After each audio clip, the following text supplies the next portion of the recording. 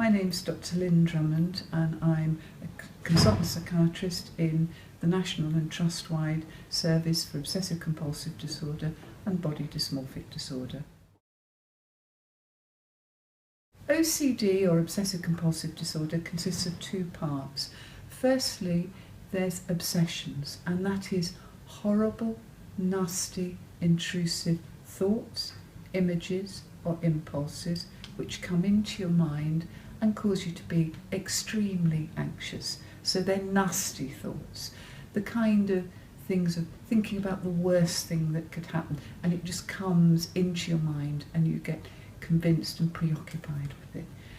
Because obsessions cause anxiety, you can't run away from a thought, so what you tend to do is to perform a number of compulsions.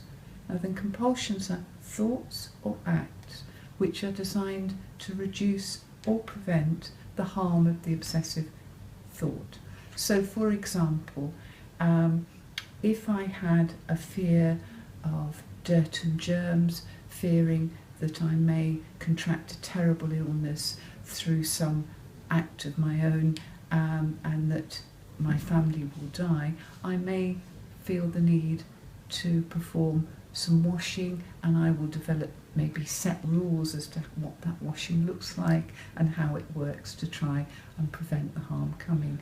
That's very clearly connected. Sometimes they're not so clearly connected, and it may be that you have a thought and you then have the desire to say a particular rhyme or to think of a particular thing that may not be connected.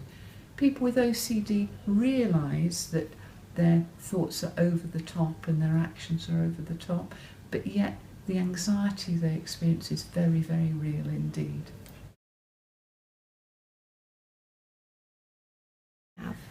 Well, OCD, recently a lot of people say, oh, I'm a bit OCD, meaning they're meticulous or tidy or fussy about their clothes. That's not OCD. OCD is a distressing disorder where at its very, very worst it can actually threaten your life, as people will restrict their food, their fluid, restrict their lives in a whole range of ways.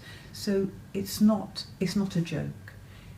And it's not something that people can snap out of.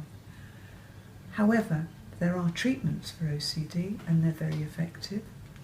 There are medications which can definitely help. The medication that is particularly useful in the first instance are drugs known as SSRIs, and that can be very, very useful for some people.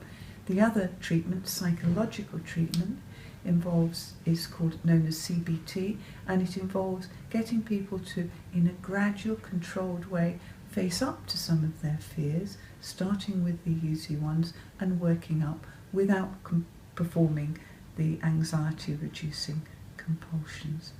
So overall, although OCD is a serious condition, can be really quite life-threatening and life-involving, there is light at the end of the tunnel because it is very, very treatable, and people that come into treatment and engage in therapy will or are highly likely to get better.